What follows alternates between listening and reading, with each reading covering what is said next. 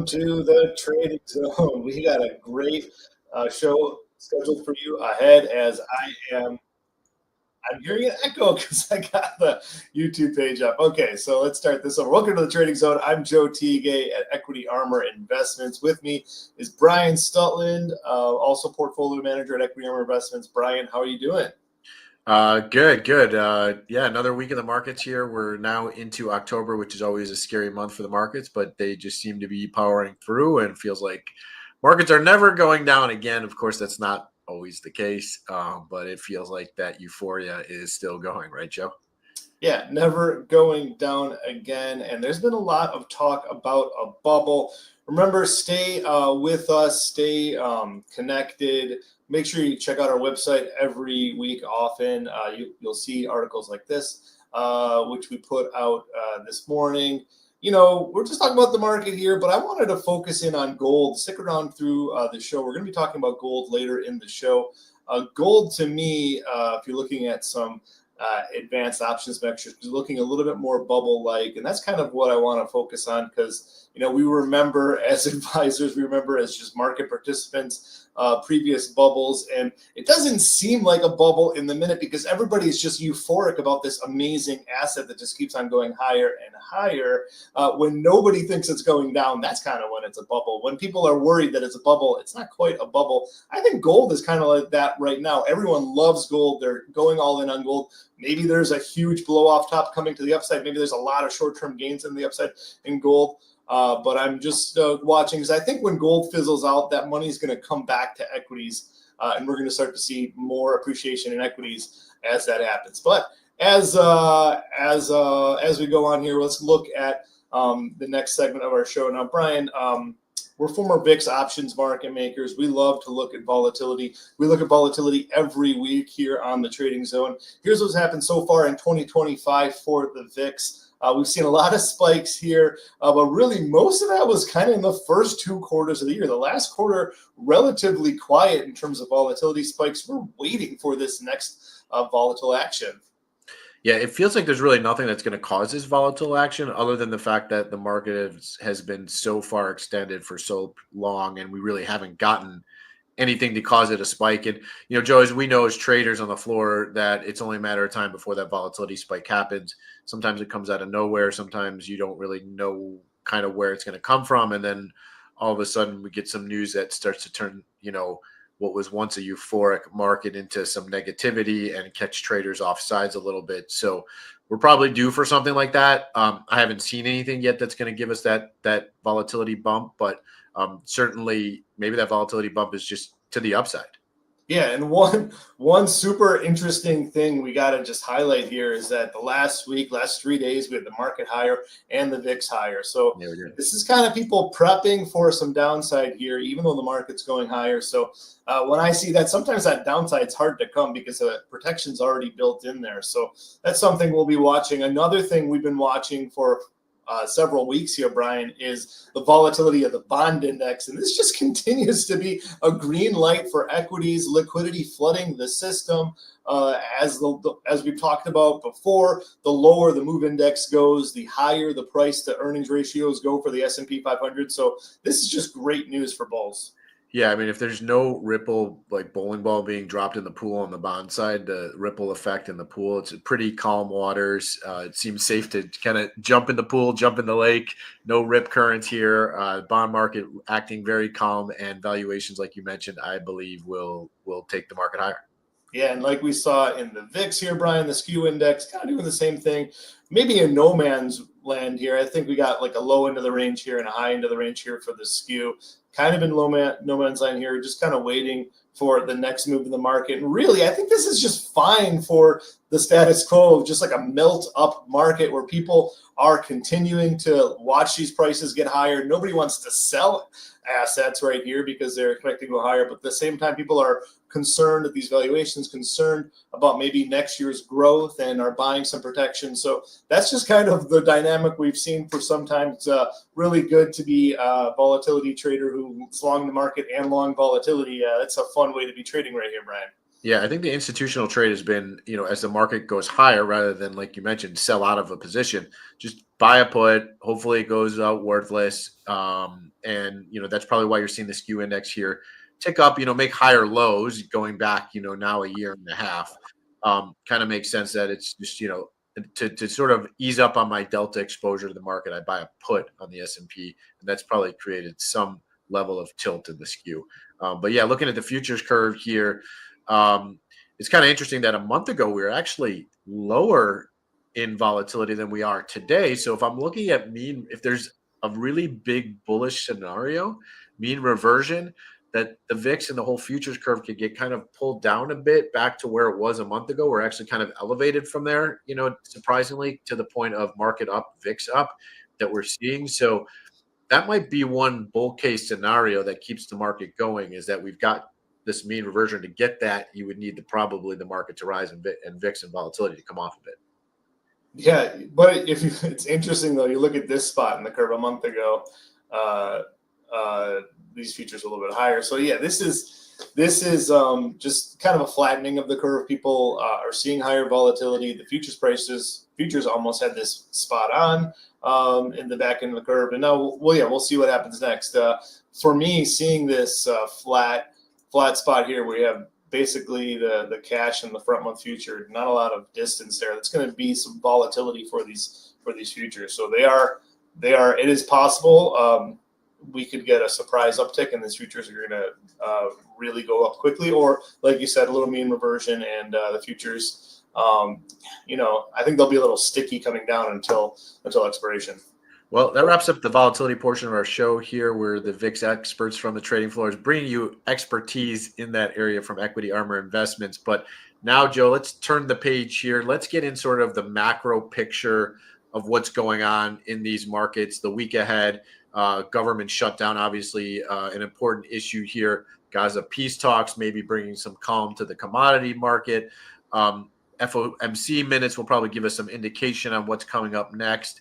And then, China holiday market close. Actually, don't sleep on that, actually, and then you've got Columbus, or Indigenous Peoples Day now, I guess that's what it's called, coming up next week. And so that, maybe decreases some volatility in the marketplace. So, but in this segment of the show, we like to get into how this macro picture is playing out, how that's going to affect the big major indexes going forward. Joe, what are you seeing?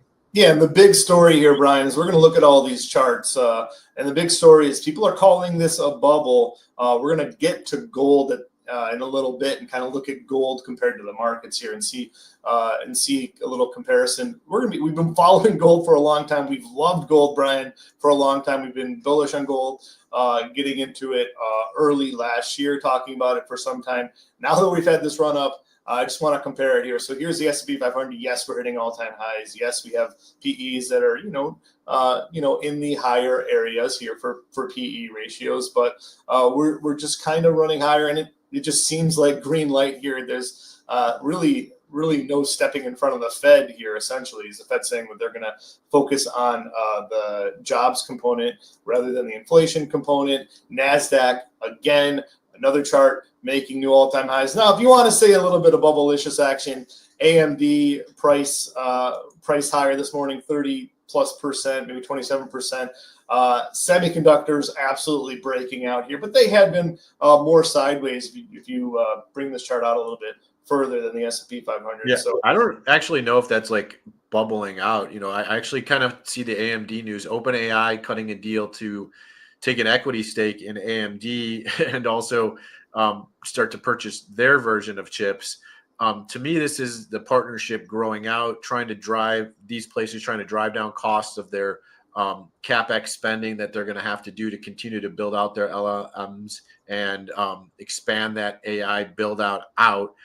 Looking for different partnerships. Maybe this is an indication that OpenAI kind of wants its own kind of chip version of things to work with AMD on it. So that SMH breakout, you typically a bullish sign for things for the rest of the market going forward. We got Bitcoin higher as well. So, these couple of things as leading indicators are probably pretty bullish for the overall stock market. 100%. By the way, stick around to the end of the show. We'll be trading Oracle on similar news to AMD.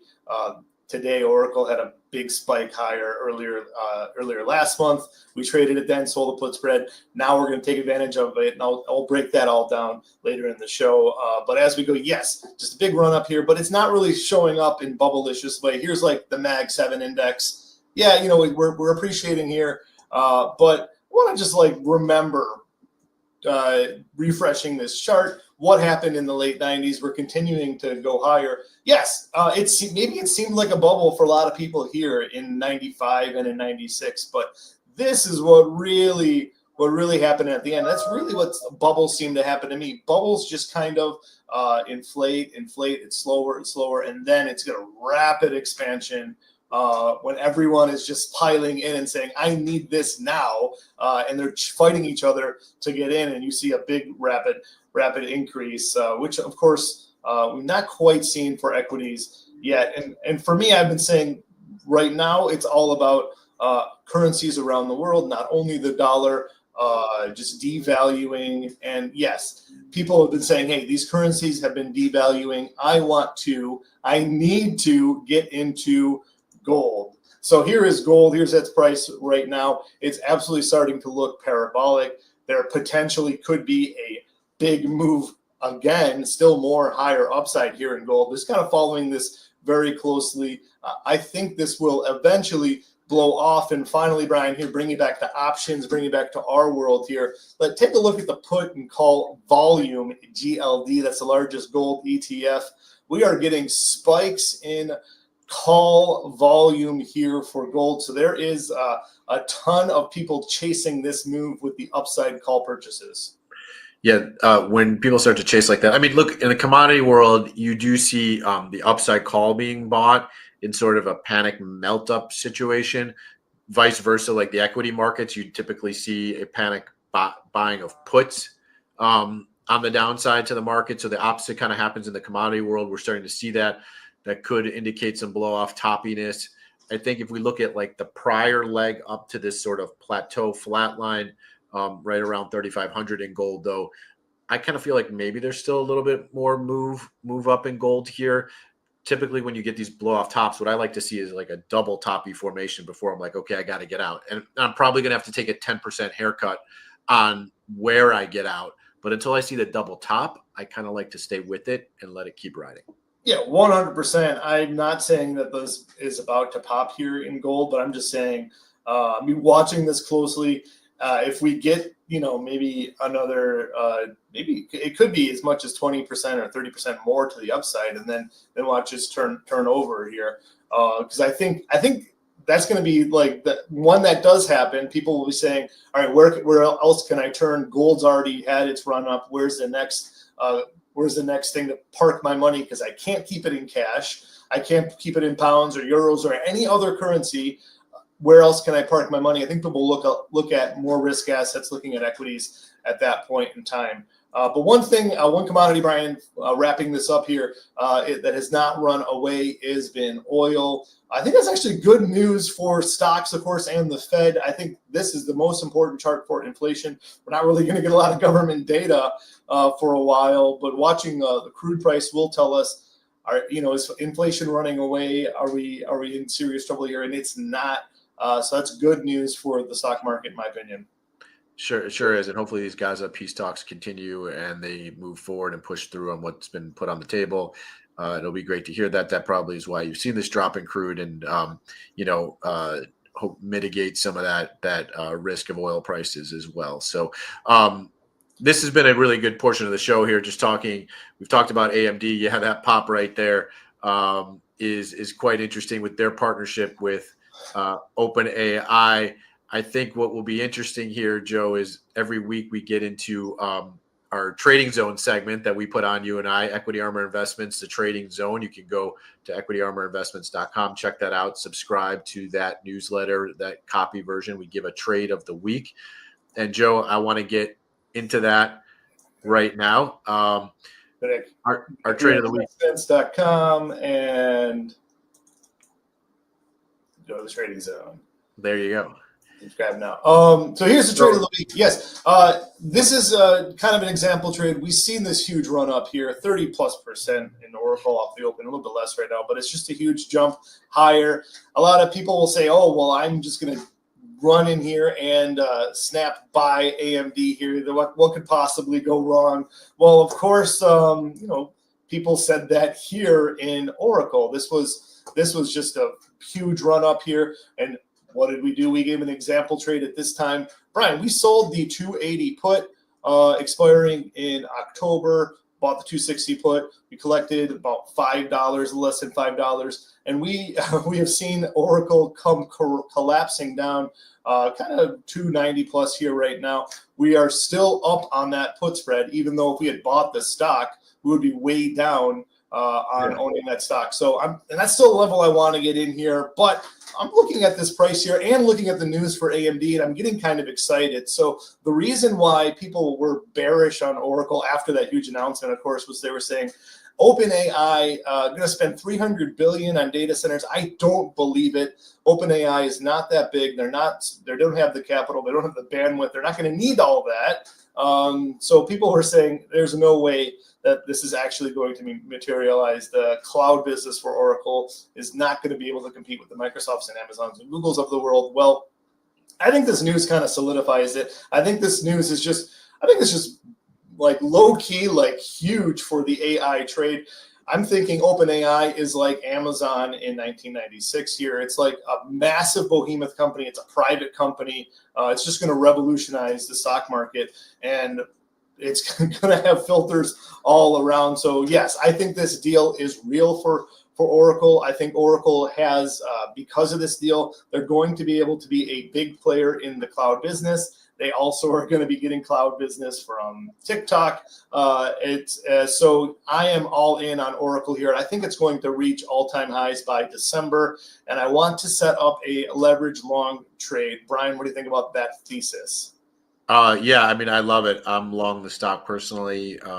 I use options here and there to sort of enhance it. And this is a play where I think there's some continued upside opportunity once we sort of get through this little consolidation period, probably from all the, euphoria of the stock pop after its last earnings. Sometimes it takes a little while for things to sort of catch up to each other. So Joe, how are you playing this options trade to the upside? Yeah, I am thinking by December expiration, we're going to be back at all-time highs. That was 345. So I'm going to buy the 340, 340 call spread. And I will finance that, Brian, by selling the 280, 240 put spread here. So potentially got $40 risk on to the downside, $40 of gains up to the upside. I'm going to collect some money to put it on, of course. I feel very good about this 280 strike here. I feel if we get to 340 by December, it might be a spot I might want to get out of my gains anyways. Yeah, and I would say maybe just the one enhancement to it is like if I wanted to get more upside participation, I didn't want to sell the 340 call just yet. I might just buy the 300 call and finance it with selling the put spread on the downside. Now, obviously, I turn the trade in from collecting 30 cents to probably paying some money. But then it doesn't cap my upside in case this thing really does go higher by December. And, it is interesting, like selling a call on the upside and all these like AI tech stock names, you sometimes get caught off sides a little bit. I like to see the market in general sort of move higher. Sentiment maybe starts to slow down in the stock market. Now some of these AI names can kind of settle in. That's maybe when I would sell that 340 call. I would wait for that to sort of happen, get the move up higher before I sell the call, kind of leg into that spread. Yeah, that's another way to do it. I just like the finances of outlaying zero cash to get into this trade. If we don't trade above 300, I'm still going to be a very small winner as long as we're above 280. So I like that component of it, just kind of drawing a line in the sand here at 280, saying here is where I want to be long. I'm happy to be long here, which is great. And of course, I'm going to get the real appreciation above 300 through 340. I 100% agree. If we get through here, this 345 area, we're going to be going to new highs, of course, but I'm thinking maybe we might get a little bit of this action first. Yeah. So we'll see how that plays out. But boy, I'm just a big fan of OpenAI. Just what they're doing. It seems like they have a lot of access to cash. A lot of they're putting it to work very quickly, and they're making deals, and they are, not resting on their lead in the LLM. They are looking toward the future here, and that's what you want to see a company be doing. Now, it's of course a private company; it's not a public company.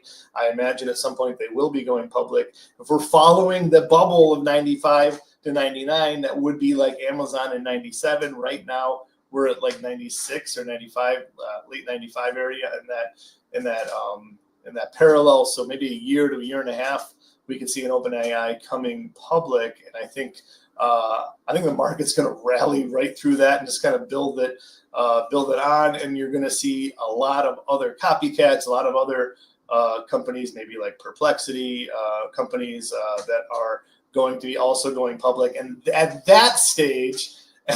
We can go back to our bubble talk, and everyone's going to be in love with these companies. Everyone's going to be saying, hey, I got a second mortgage on my house and I triple long SMH. Like, is that a great idea? At that stage, you could be saying, hey, we might be in a bubble. Right now, we're at the stage of everyone saying, hey, we're probably in a bubble. We're gonna collapse soon. We might not be, given that drop back. All right, guys, this has been a great show. We've put a lot out here for you. Take a look at these AMD movement that we're seeing today, but especially our trade in Oracle. Make sure you go to equityarmorinvestments.com. Check out the trading zone section if you'd like to subscribe to our monthly trade alerts and get that dropped right directly into your inbox as this happens. We obviously provide updates too to stocks as the markets change and move, other than just our weekly pick on the show. So make sure you tune in and subscribe to that, but make sure you subscribe here. Follow us on YouTube at Equity Armor. Follow myself at Brian Stutland on X and at Joe Teague as well. We'll tune in every week here. This is our new time slot. Have your lunch, listen to what we got to say. We try and make it short and sweet and to the point. Learn how to risk less and make more. Tune in every week at noon Eastern every Monday. We'll bring it to you here for the Trading Zone. This is Brian and Joe signing off. Talk to you later.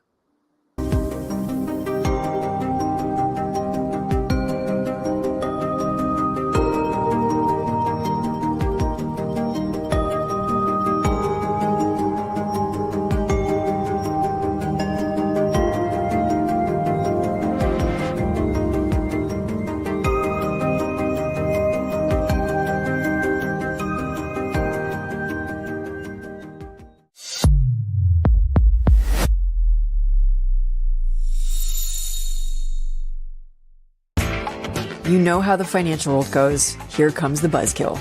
Please make sure to take some time to read this boring disclaimer. We will owe you one.